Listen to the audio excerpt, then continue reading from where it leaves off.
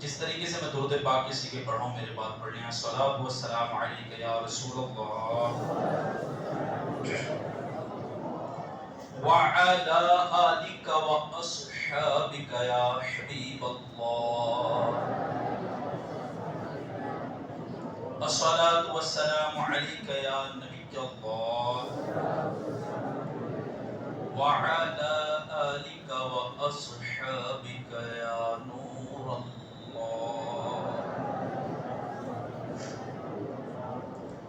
جنہوں نے اعتکاف کی نیت نہیں کی وہ اعتکاف کی نیت بھی کر لیں. نویت سنت الاعتکاف.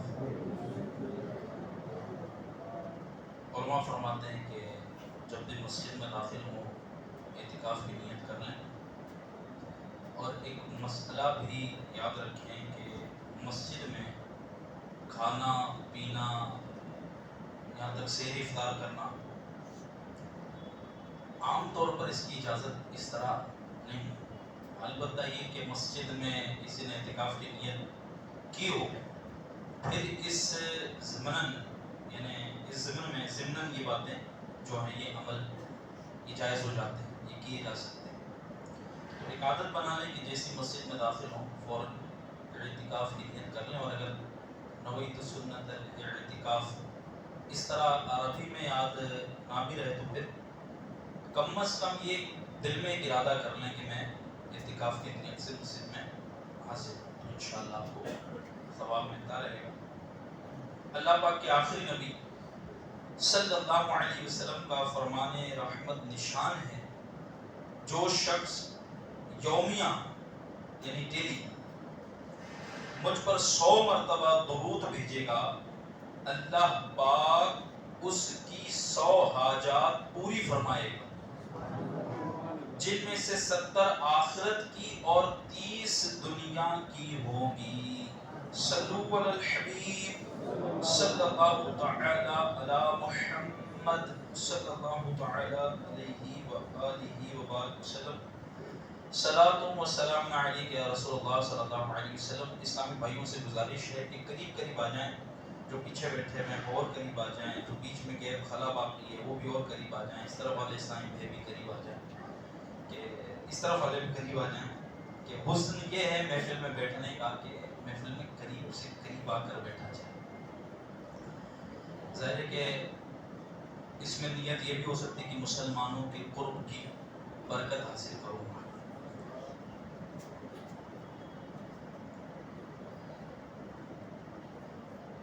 ماشاءاللہ امام اعظم ابو حنیفہ رضی اللہ تعالیٰ کی مزار پاک کہاں پر ہے اور اس پر ترغیب ہمارے سی اے صاحب رئیس صاحب دلا رہے تھے.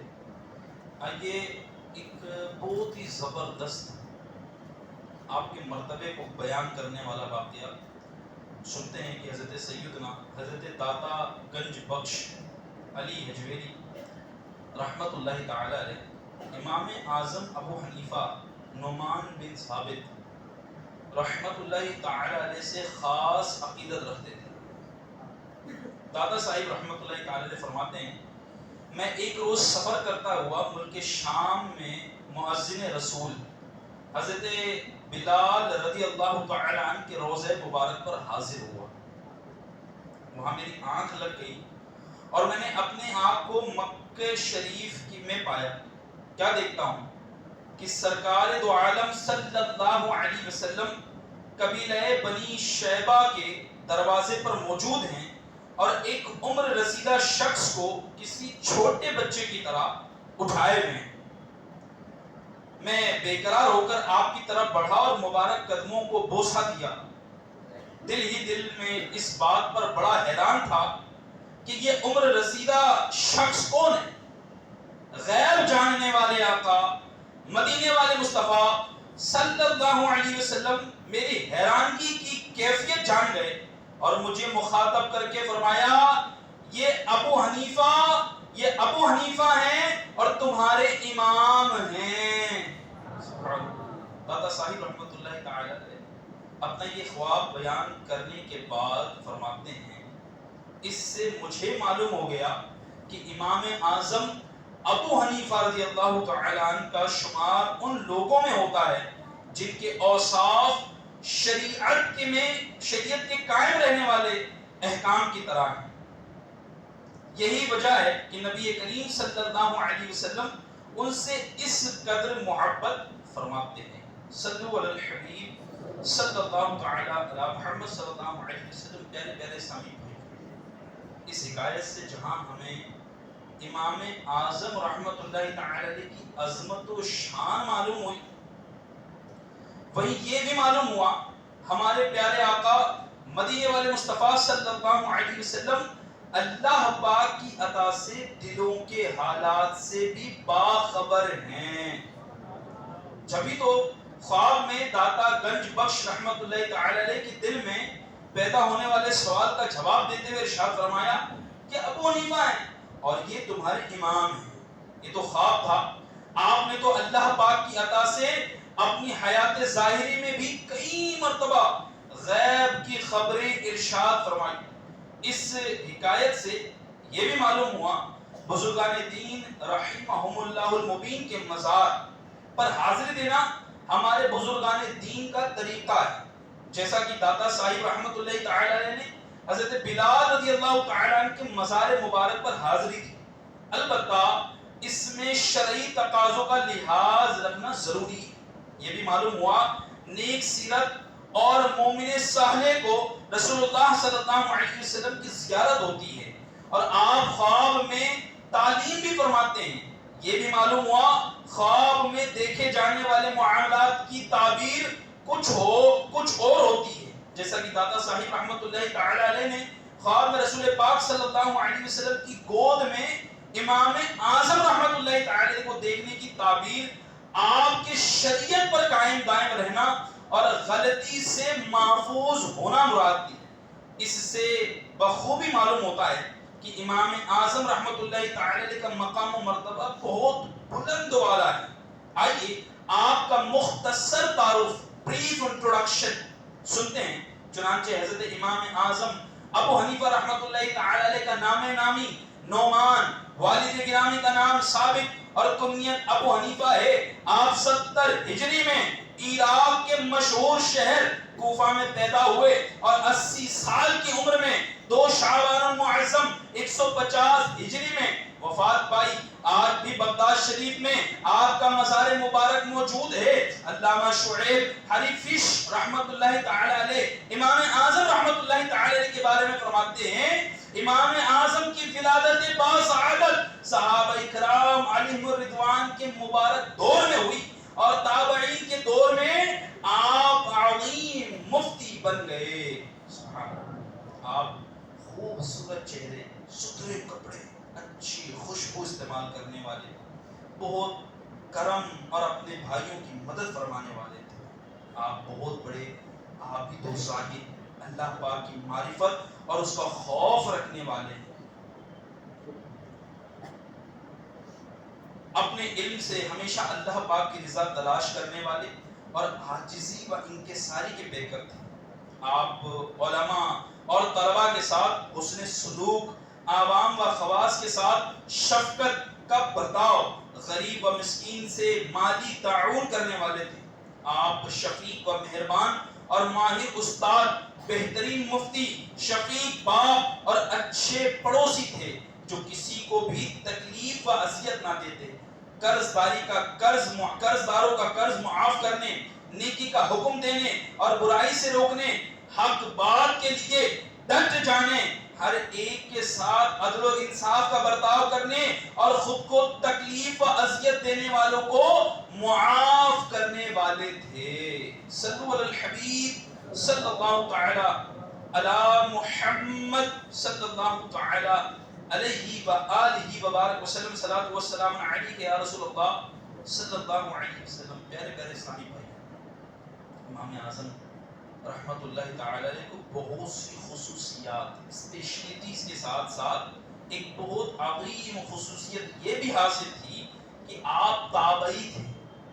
تابعی اس مبارک ہستی کو کہتے ہیں جسے ایمان کی حالت میں کسی صحابی سے ملاقات کا شرف حاصل ہوا ہو اور ایمان کی حالت میں ہی اسے موت آئی ہو. تابعین وہ مبارک شخصیات ہیں جو مسلمانوں کے حقیقی رہنما ہونے کا اعزاز رکھتے ہیں۔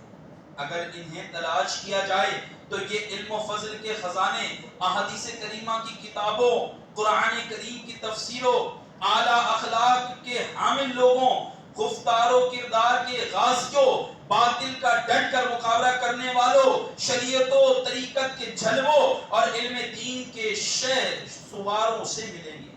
یاد رکھیں، ہمیں اپنے علم و عمل سے بہتری لانے، علم و عمل میں بہتری لانے کے لیے اور علم و عمل کو سنوارنے کے لیے جس آئینہ نور کی ضرورت ہے وہ آئینہ نور تابعین کرام علیہم رضوان ہی ہیں، کیونکہ انہیں اسلام کا نور صرف ایک واسطے سے پہنچا ہے، پھر یہ کہ ان کے زمانے کو زبان رسالت سے بہترین زبانہ ہونے کا سند حاصل ہے، ہونے کی سند حاصل ہے، جیسا کہ حدیث پاک میں ہے، بے شک سب سے بہتر میرا زمانہ ہے، پھر وہ لوگ جو ان کے بعد آئیں گے، پھر وہ جو ان کے بعد آئیں گے۔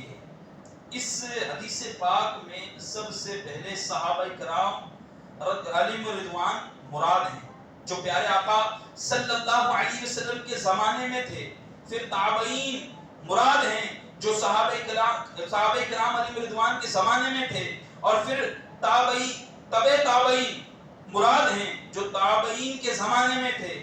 اس سے تابعین کی عظمت بھی بخوبی سمجھی جا سکتی ہے۔ یاد رہے، صحابہ کرام علیہم رضوان کے بعد تابعین ہی وہ مبارک ہستیاں ہیں جنہوں نے اپنی سیرت و کردار سے اسلام کو دور دور تک پہنچایا، علم دین کو پھیلایا، حق کی سر بلندی کے لیے بڑھ چڑھ کر حصہ لیا، لوگوں کی امامت کا خوب حق ادا کیا۔ انہی تابعین میں سے ہمارے امام اعظم ابو حنیفہ رحمۃ اللہ تعالی علیہ بھی ہیں۔ امام اعظم رحمۃ اللہ تعالی علیہ نے رسول اکرم صلی اللہ علیہ وسلم کے 7 صحابہ سے ملاقات کا شرف حاصل کیا ہے۔ امام اعظم رحمۃ اللہ تعالی علیہ نے ان صحابہ کرام علیہم رضوان کے نام بھی بیان فرمائے ہیں جن میں سے حضرت انس بن مالک، حضرت جابر بن عبداللہ، حضرت مالک بن یسار اور حضرت واصلہ بن اسقا رضی اللہ تعالی عنہ بھی شامل ہیں۔ آئیے ان امام اعظم رحمۃ اللہ تعالی علیہ کے علمی مقام و مرتبے کے بارے میں سنتے ہیں۔ حضرت امام اعظم محدث و فقیہ ہونے کے علاوہ بہت سے محدثین و فقہاء کے امام تھے۔ آپ کے متعلق بہت سے ایسے مسائل کا ذکر بھی ملتا ہے جنہیں بڑے بڑے محدثین یعنی حدیث کا علم رکھنے والے حل نہ کر سکے، لیکن آپ نے اللہ پاک کی دی ہوئی صلاحیتوں سے انہیں فوراً حل کر دیا۔ جب اس وقت کے بڑے بڑے علماء و مفتیان اکرام آپ کے فتاووں کو دیکھتے تو ان کی عقلیں حیران رہ جاتی اور انہیں بے اختیار کہنا پڑتا کہ علم کے جس شہر میں حضرت امام اعظم ابو حنیفہ رحمۃ اللہ تعالی علیہ موجود ہوں، ہم اس کے دروازے تک بھی نہیں پہنچ سکتے۔ آئیے 5 عظیم ہستیوں کے حضرت امام اعظم رحمۃ اللہ تعالی علیہ کے بارے میں اقوال سنتے ہیں۔ حضرت عبداللہ بن مبارک رحمۃ اللہ تعالی علیہ جیسے عظیم محدث جو فن حدیث کے امیر المؤمنین بھی ہیں اور حضرت امام بخاری رحمۃ اللہ تعالی علیہ کے استاد بھی ہیں، فرماتے ہیں میں نے کوئی شخص حضرت امام اعظم رحمۃ اللہ تعالی علیہ سے زیادہ عقل مند نہیں پایا۔ سبحان اللہ۔ ایک مرتبہ مشہور عباسی خلیفہ ہارون رشید رحمۃ اللہ تعالی علیہ کے پاس حضرت امام اعظم رحمۃ اللہ تعالی علیہ کا ذکر ہوا تو انہوں نے حضرت امام اعظم رحمۃ اللہ تعالی علیہ کے لیے دعائے رحمت کی اور کہا وہ اپنی عقل کی آنکھوں سے وہ کچھ دیکھتے ہیں جو دوسرے لوگ اپنے سر کی آنکھوں سے بھی نہیں دیکھ سکتے۔ سبحان اللہ۔ حضرت علی بن عاصم رحمۃ اللہ تعالی علیہ نے فرمایا اگر حضرت امام اعظم رحمۃ اللہ تعالی علیہ کی عقل کا آدھے اہل زمین کی عقل سے مقابلہ کیا جائے تو آپ کی عقل غالب آ جائے گی۔ سبحان اللہ، سبحان اللہ۔ امام شافعی رحمۃ اللہ تعالی علیہ نے تو یہاں تک ارشاد فرمایا کہ حضرت امام اعظم رحمۃ اللہ تعالی علیہ سے زیادہ عقل مند تو کسی ماں نے پیدا ہی نہیں کیا. اور حضرت امام جلال الدین سیوطی رحمۃ اللہ تعالی علیہ فرماتے ہیں یہ جو حدیث پاک ہے اگر علم سریا ستارے کے پاس بھی ہوگا تو فارس کا ایک فرد اس کو ضرور حاصل کر لے گا. فرماتے ہیں اس حدیث پاک کے مصداق یقیناً امام اعظم رحمۃ اللہ تعالی علیہ ہے. صلو علی الحبیب صلی اللہ تعالی علی محمد صلی اللہ تعالی علیہ وآلہ وبارک وسلم. پیارے پیارے اسلامی بھائی، آپ نے سنا کہ وقت کے بڑے بڑے علماء، امام، مفتی اور بادشاہ ہمارے امام اعظم ابو حنیفہ رحمۃ اللہ تعالی علیہ کی علم و شان و شوکت اور آپ کی زبردست ذہنی صلاحیتوں کو بیان کر رہے ہیں. یہی وجہ ہے کہ حضرت امام اعظم رحمۃ اللہ تعالی علیہ نے فقہ اسلام کے جو اصول اور قوانین ترتیب دیے اسے علماء کرام کی اکثریت نے نہ صرف قبول کیا بلکہ فقہ حنفی پر عمل کرنے کو اپنی سعادت سمجھا. بے شمار اولیاء کرام رحمۃ اللہ تعالی رحمہم اللہ المبین نے آپ کے مسلک کے مطابق زندگی گزاری. علم و فن کے بے شمار ماہرین علماء کرام نے آپ کے اصول اور قواعد کے مطابق مسائل کی تشریح کی اور شرعی مسائل میں آپ ہی کی تقلید فرمائی. آئیے آپ کی ذہانت اور علمی صلاحیت کے بارے میں ایمان افروز واقعہ بھی سنتے ہیں. ایک شخص نے قسم کھائی کبھی انڈا نہیں کھاؤں گا. کچھ عرصے بعد اس شخص نے ایک اور قسم کھائی کہ فلاں کی آستین یعنی سلیوز میں جو چیز ہے وہ ضرور کھاؤں گا. دیکھا تو اس کی آستین میں انڈا تھا. اب اس شخص کے لیے یہ مشکل کھڑی ہو گئی کہ انڈا کھا لے تو پہلی قسم ٹوٹ جائے گی اور نہ کھائے تو دوسری قسم ٹوٹ جائے گی. بڑا پریشان ہوا اور امام اعظم رحمۃ اللہ تعالی علیہ کی بارگاہ میں حاضر ہو کر مسئلہ عرض کیا. امام اعظم ابو حنیفہ رحمۃ اللہ تعالی علیہ نے فرمایا پریشان ہونے کی ضرورت نہیں، اس انڈے کو مرغی کے نیچے چھوڑ دیا جائے، جب چوزا نکلے تو اسے بھون کر پکا کر کھا لو، تمہاری کوئی بھی قسم نہیں ٹوٹے گی. ایک مرتبہ امام اعظم رحمت اللہ تعالی علیہ کو کے پڑوسی کا مور یعنی پیکاک چوری ہو گیا. وہ آپ کی خدمت میں حاضر ہوا اور آپ کو اس بارے میں بتایا. آپ نے فرمایا تم خاموش رہنا. جب آپ مسجد تشریف لے گئے اور لوگ نماز کے لیے جمع ہو گئے تو ارشاد فرمایا کیا اس شخص کو شرم نہیں آتی جو اپنے پڑوسیوں کا مور چرا کر اس حالت میں نماز پڑھنے آتا ہے؟ اس کے سر پر مور کے پر کا اثر ہوتا ہے. یہ سن کر ایک شخص نے فوراً اپنے سر پر ہاتھ پھیرا. آپ نے اس کی طرف اپنا رخ انور کرتے ہوئے فرمایا تم اپنے ساتھی کا مور اسے واپس لوٹا دو. چنانچہ اس نے مالک کو اس کا مور واپس کر دیا. ایک مرتبہ امام آمش رحمت اللہ تعالی نے اپنی بیوی سے کہا اگر تم نے مجھے آٹا ختم ہونے کا زبانی طور پر یا تحریری طور پر یا اشارے کے ذریعے بتایا یا کسی اور کے ذریعے آٹا ختم ہونے کا کہلوایا یا کسی کے سامنے اس مقصد سے آٹا ختم ہونے کا تذکرہ کیا کہ وہ مجھے بتا دے تو تمہیں طلاق.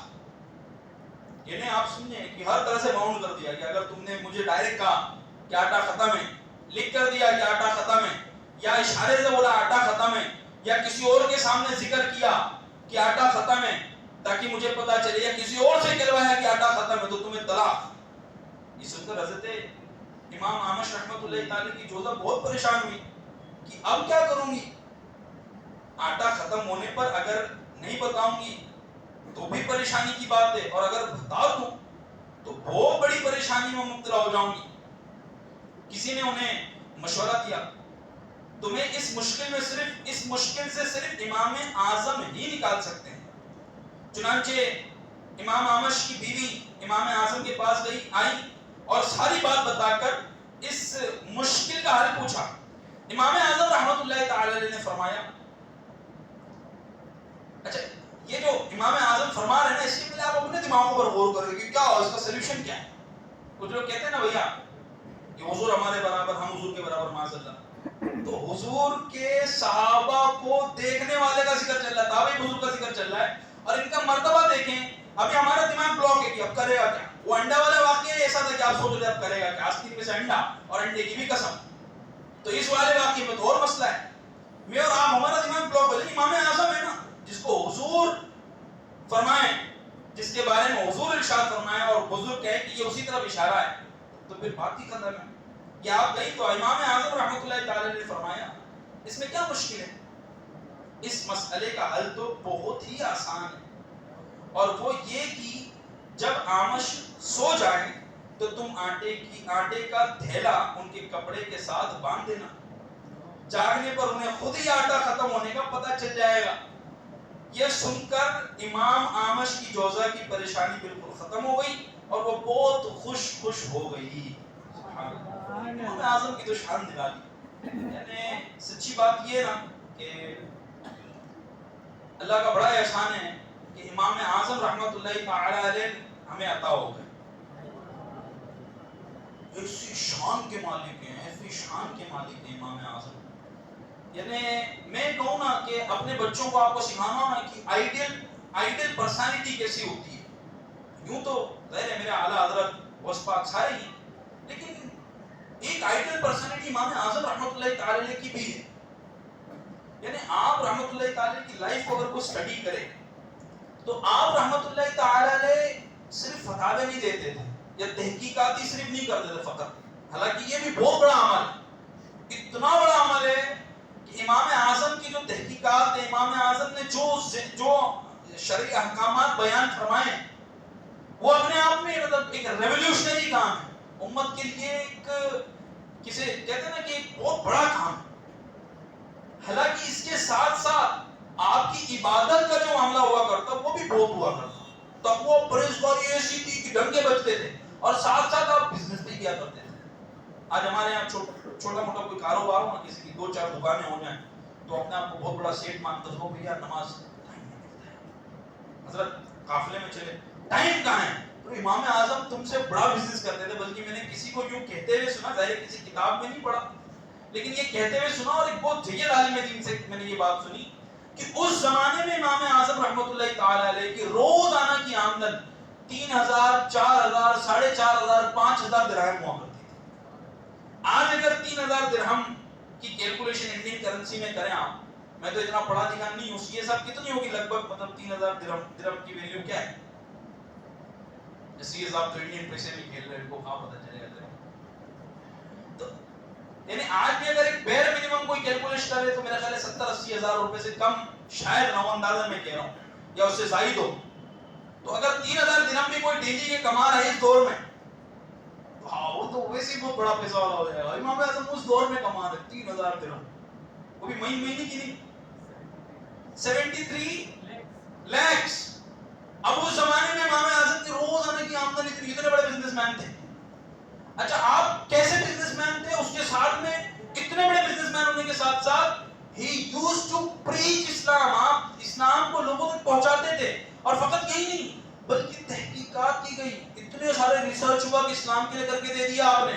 آج آپ جو ناف کے نیچے ہاتھ باندھ رہے ہو، کس کی تحقیق ہے؟ امام اعظم کی تحقیق ہے. جو ہم کہتے ہیں نا حنفی ہیں، تو ہم کس کو امام تسلیم کریں؟ امام اعظم رحمۃ اللہ تعالی. تو ظاہر ہے کہ اتنی لائف کے اتنے سپین، اور سب میں مطلب اتنا کمال کا اسپونٹینیس پرفارمنس، یہ اپنے آپ میں عطا ہی ہوتی ہے. کوئی کہنا 74,000، میں نے لاکھ بتا دیا انہوں نے، تو میں نے کہا لاکھ ہوا، انہوں نے ابھی پھر کریکٹ کیا 74,000 روپے. یعنی میرا اندازہ تقریباً 60-70 ہزار روپے کا. یعنی 70,000 بھی کوئی پکڑے اگر روزانہ کی آمدن اس دور میں بھی 70,000 روپے روزانہ کی آمدن، تو وہ تو مطلب بھولے نہیں سمائے. بولے 20-21 لاکھ روپے مہینے کے ہو گئے بھائی جان.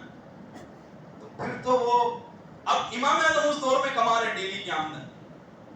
اچھا ایک بار ان کے مبارک دکان پر، دکان بھی مبارک کی ہوگی نا، مبارک ہستیوں کی، تو آپ کی دکان پر آپ کہیں جا رہے تھے تو اپنے وہاں جو کام کرتا تھا اس کو کہا دیکھو میں جا رہا ہوں، یہ مال میں نا فلاں کمی ہے، اس مال میں کوئی پرابلم ہے، یعنی کوئی کہتے ہیں نا بھئی یہ اس میں کوئی ڈیفیکٹ ہے یا جی آر ہے، تو انہوں نے بتایا کہ اس میں ڈیفیکٹ ہے، جس کو بیچنا بتا کر بیچنا اور اس اعتبار سے اس کا ہی مطلب سودا کرنا۔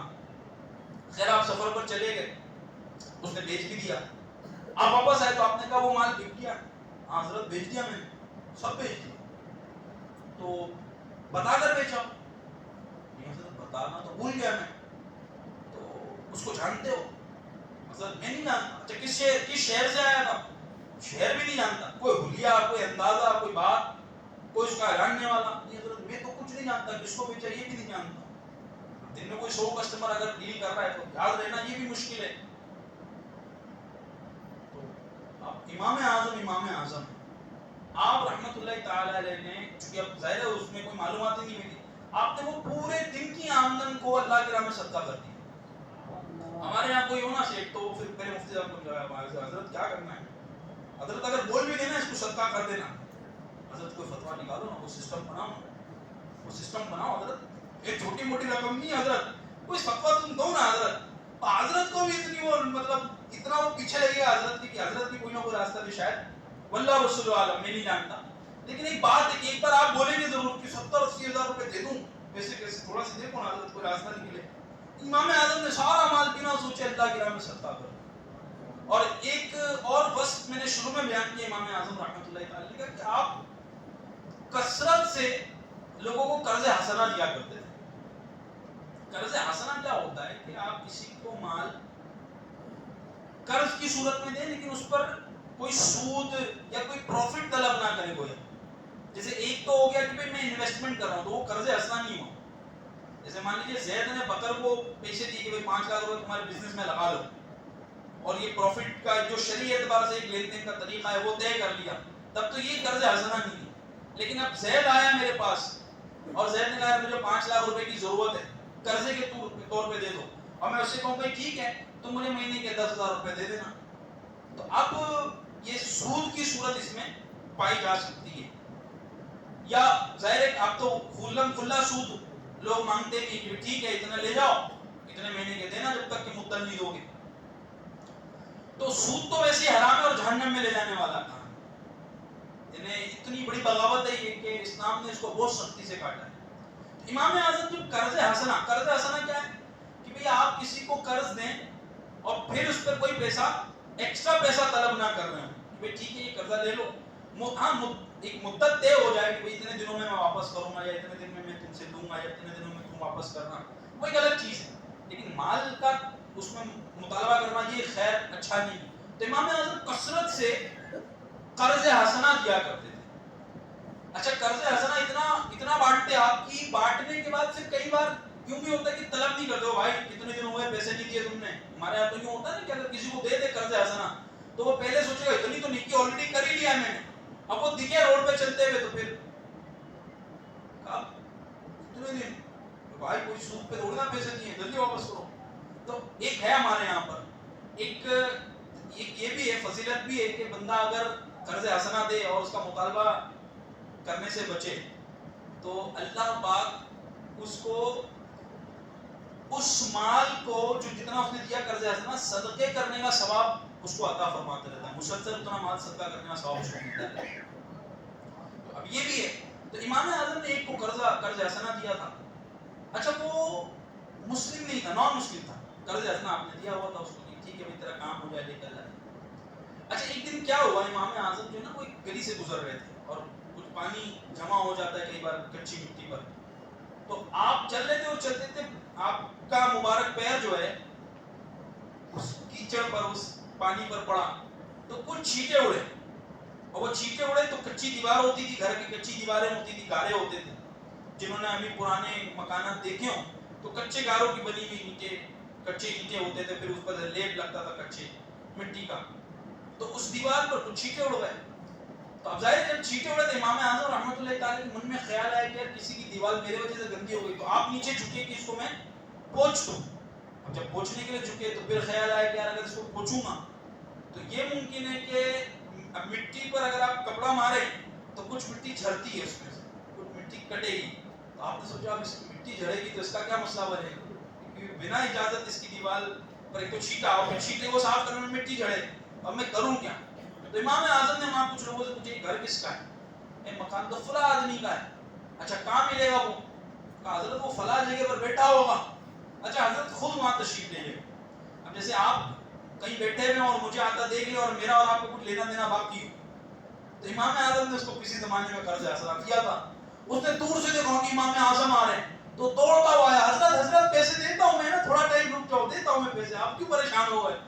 حضرت نے کہا پیسے کون سی، کیسے پیسے کی بات کرتے میں پیسے کے لیے نہیں آیا، نہیں حضرت دے دوں گا میں، تھوڑا سی آپ موقع اور دے دیں، بس اتنا موقع دیا ہوا ہے، میں پیسے کے لیے نہیں آیا۔ پھر حضرت بات دراصل ایسی ہے نا کہ میں تیرے گھر کے کنارے سے گزر رہا تھا اور کیچڑ پہ میرا پیر پڑا، وہ دیوار گندی ہو گئی، میں صاف کرنے جھکا تو خیال آیا کہ تیری مٹی نہ جھڑ جائے، اس لیے تیرے پاس آیا ہوں کہ یار تو مجھے معاف کر دے یا اس کا جو معاملہ بنتا ہو میرے ساتھ کر لے۔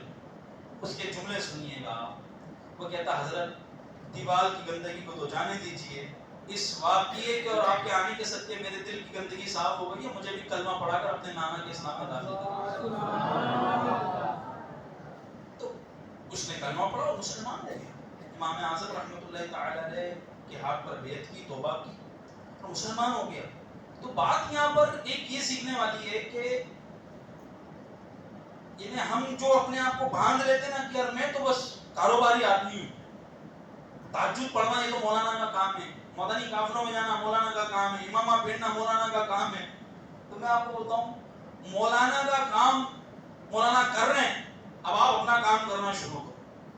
یعنی آپ اس سے کبھی ایک صاحب سے میں نے نیکی کی دعوت دی، آپ جو ہے وہ نماز پڑھا کر، انہوں نے کہا دیکھو حضرت بچوں کو کھلانا پلانا عبادت ہے کہ نہیں؟ مطلب ثواب کا کام تو ہے، لیکن ایک بات مجھے بتاؤ کہ میرے رب نے جس رزق کا ذمہ لیا ہے اس کے لیے اتنا برڈن اور جس مغفرت کا ذمہ اعلان نہیں، علل اعلان نہیں ہے سارے بخشے جائیں گے، کیسے جاؤ بخشے جاؤ گے، اس کے لیے کوئی برڈن نہیں۔ تو ہم نے نا اپنی لمیٹیشن خود سیٹ کی ہوئی ہے کہ میں limited ہوں جاب کے لیے، میں limited ہوں اسٹڈیز کے لیے، I am limited to my business itself, I cannot move outside my business territory۔ یہ ہم نے limitation باندھی ہے نا۔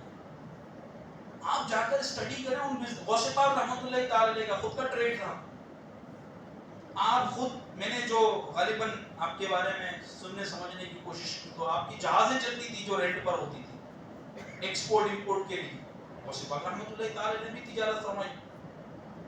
میرے اعلیٰ حضرت رحمۃ اللہ تعالی علیہ نے کبھی اپنی علمی معاملات کی وجہ سے ایک پیسے بھی کسی سے، ایک بار وہ تیل نہیں پھر ہوتا ہے جو گاؤں میں ابھی بھی، اب تو ظاہر ہے ہمیں پیکٹ والا ملتا ہے، تو پہلے آپ تیلی کے یہاں باقاعدہ جاتے تھے ڈبے لے کر اور کہتے تھے بھائی تیل بھر دو، تو میرے اعلیٰ حضرت رحمۃ اللہ تعالی علیہ گئے، وہ تیل جو بنا رہا تھا پیس رہا تھا جو بھی کر رہا تھا مشین میں، تو اسے کہا بھائی وہ کیسے دیا ایک ڈبہ بھر کر؟ 5 آنوں۔ اعلیٰ حضرت رحمۃ اللہ تعالی نے کہا اچھا، اس نے کہا لیکن حضرت آپ تو ہمارے مولانا صاحب، آپ کو 3 آنوں میں دوں گا۔ تو اعلیٰ حضرت نے کہا کام کرو پہلے بھر دے ڈبہ، بعد میں بات کرتے ہیں۔ تو اس نے ڈبہ بھرا تو اعلیٰ حضرت رحمۃ اللہ تعالی علیہ نے پورے 5 آنے دیے، تو اس نے کہا حضرت میں نے تو 3 آنے کا کہا تھا، 5 کیوں دیتا، آپ ہمارے مولانا ہو۔ اعلیٰ حضرت نے کہا احمد رضا کی داڑھی اور ٹوپی کو اتنا سستا سمجھا ہے کہ 2 آنوں میں بک جائے؟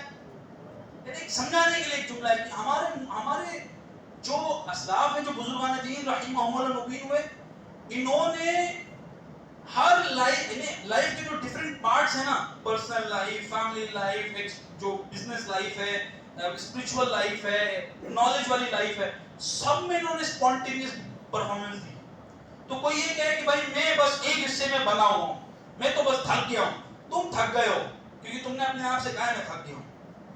میں ایک بزنس مین مجھے ملے، دبئی کے بزنس مین، اتنا بڑا آدمی ہے نا، اتنا میں مبالغہ کر رہا ہوں کہ شاید ہم میں سے جتنے بیٹھے ہیں نا سب کی ساری آمدن ملا لو کبھی 25-50 گنا اس کی زیادہ ہوگی، اتنا بڑا بگ شاٹ ہے، اتنا بڑا بگ شاٹ۔ مجھے کہیں ملے وہ، تو پتہ ہے آپ کیا کرتے ہیں، انہوں نے اپنے بیگ سے ایک کاؤنٹر نکالا، وہ چاچی اسی ختم ہوگی ورنہ میرے ہاتھ میں ہوتا ہے وہ اکثر اب، تو انہوں نے بیگ سے کاؤنٹر نکالا، پہلے انہوں نے کہا ذیشان بھائی